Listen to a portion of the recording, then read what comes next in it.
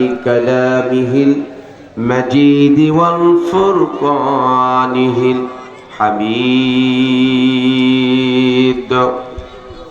আমার সাথে জবান ছেড়ে বলুন আউযু বিল্লাহি মিনাশ শাইতানির রাজিম বিসমিল্লাহির রহমানির রহিম ইন্নাল্লাহা ওয়া মালাইকাতাহু ইউসাল্লুনা আলান নাবি ইয়া আইয়ুহাল্লাযীনা আমানু সাল্লু আলাইহি ওয়া সাল্লিমু তাসলিমা আল্লাহুম্মা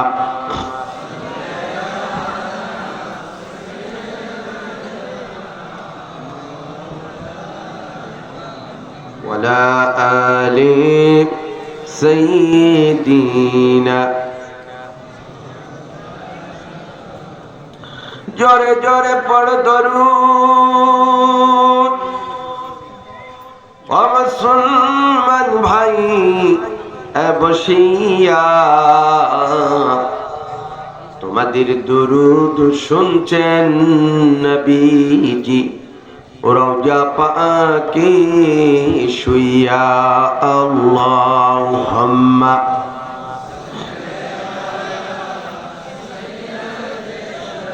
মাওলানা মুহাম্মদ ওয়ালা আলি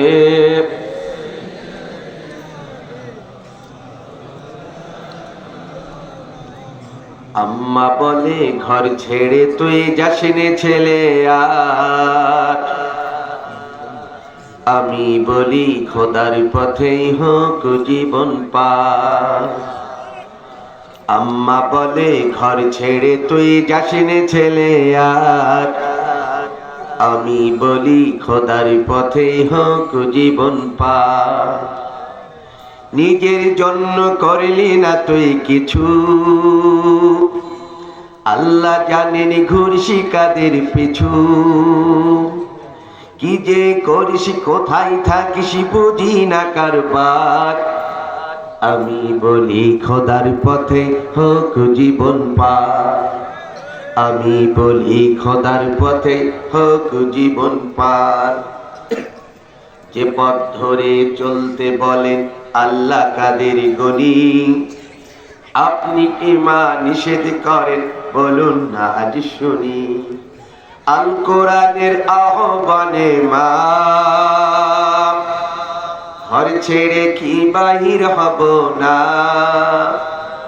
দিন কায়েমের প্রয়োজনে মা ঘর ছেড়ে কি বাহির হব না চোখ মুছে মা চুপ করে পড়াই কথা তার একটু পরে কেঁদে বলে হে খোদা নাও ভার একটু পরে কেঁদে বলে হে খোদা নাও ভার আম্মা বলে ঘর ছেড়ে তুই যাসনে ছেলে আর আমি বলি খোদার পথে হোক জীবন পার আমি বলি খোদার পথে হোক জীবন পার আলহামদুলিল্লাহ বাংলাদেশের একটি ঐতিহ্যবাহী আলোচিত জেলা যে জেলার নামটি গোটা ওয়ার্ল্ডে এখন সবাই পরিচিত যে জেলার একজন যুবক বুকের তাজা রক্ত ঢেলে দিয়ে গোটা বাংলাদেশ থেকে একটি স্বৈরাচার মুক্ত রাষ্ট্র গঠন করার উন্মোচন করে দিয়েছে সেই শহীদ আবু সাঈদ তার জন্মভূমি ঐতিহ্যবাহী জেলাটির নাম হচ্ছে রংপুর সেই রংপুর জেলার মধ্যে একটি ঐতিহ্যবাহী থানা নাম হলো পীরগাছা। সেই থানার মধ্যে একটি ঐতিহ্যবাহী গ্রাম, নাম হলো দেউতি। সেই গ্রামের দেউতি কেন্দ্রীয় সামাজিক কবরস্থান উন্নয়ন কল্পে 2 দিন ব্যাপী আজকের এই ঐতিহাসিক তাফসীরুল কোরআন মাহফিল। আজকে প্রথম দিন মঞ্চ উপবিষ্ট আছেন আজকের এই মাহফিলের সম্মানিত সুযোগ্য সভাপতি, এই জনপদের মাটি ও মানুষের সকলের সুপরিচিত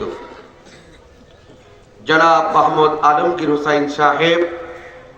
আল্লাহ পাক রব্বুল আলামিন মুহতারামকে হায়াতে তৈয়বা দান করুন, সকলেই বলেন আমিন। আজকের এই মাহফিলে প্রধান অতিথির আসন অলঙ্কিত করে যিনি আপনাদেরকে ধন্য করেছেন,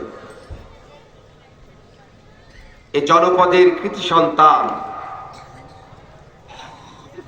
সর্ব মাহফিলে যেখানেই তাকে নিমন্ত্রণ করা হয় 2 হাত দিয়ে উন্মুক্ত ভাবে মানুষের কাছে আল্লাহর সম্পদ বন্টন করে বিশিষ্ট দানবীর ব্যবসায়ী জননেতা জনাব মোহাম্মদ জাহাঙ্গীর আলম সাহেব। আল্লাহ পাক রব্বুল আলামিন মুহতারামকে হায়াতে তৈয়বা দান করুন এবং কোরআনে রঙে রঙিন বানায়ে দিন। মঞ্চে আসন অলঙ্কিত করে যিনারা ইতিমধ্যে আরো অনেকে ধন্য করেছেন, বাংলাদেশের একটি কাফেলা আছে, রক্তে ভেজা শহীদি কাফেলা, যারা বলে আমরা আল্লাহর আইন চাই এবং সৎলোকের শাসন চাই। আমাদের সেই প্রিয় কাফেলার, শহীদি কাফেলার প্রিয় ভাইয়েরা, মঞ্চকে আপনাদেরকে মঞ্চে আসন অলঙ্কিত গ্রহণ করে এই মঞ্চটাকে ধন্য করেছে, আলোয় আলোকিত করেছে জনাব মোহাম্মদ মুস্তাক আহমেদ, জনাব মোহাম্মদ মুত্তালিব হোসেন, জনাব মোহাম্মদ মতলুবুর রহমান, জনাব মোহাম্মদ আব্দুল্লাহিল আসাদ সহ আরো মঞ্চে বসে আছেন বিভিন্ন রাজনৈতিক দলের নেতৃবৃন্দ সহ বিভিন্ন মসজিদ মাদ্রাসা থেকে আগত ইমাম, খতিব এবং জাতির শ্রেষ্ঠ সন্তান উলামা হাজরা। আমার সামনে রয়েছেন ইসলাম প্রিয়, কোরআন প্রেমিক, আল্লাহ সুবহানাহু ওয়া তাআলার প্রিয় বান্দা। পর্দার অন্তরালে রয়েছে আমার অবসরলা মা ও বোনেরা সহ ইলেকট্রিক মিডিয়া, প্রিন্ট মিডিয়ার সাংবাদিক ভাইরা, সকলের প্রতি আমার আন্তরিক অভিনন্দন এবং সালাম। আসসালামু আলাইকুম ওয়া রাহমাতুল্লাহি ওয়া বারাকাতুহু। আলোচনার শুরুতেই আমি আপনাদের জিজ্ঞাসা করতে চাই, আপনারা কেমন আছেন? বলেন তো, ভালোবাসার বহিঃপ্রকাশ আসতে হয় না জোরে হয়? আপনারা কেমন আছেন? শুকরান। যে আল্লাহ পাক রব্বুল আলামিন আমাকে এবং আপনাকে দীর্ঘ 17টি বছর পর এদেশের আতি নেতা পাতি নেতার অনুমতি ছাড়া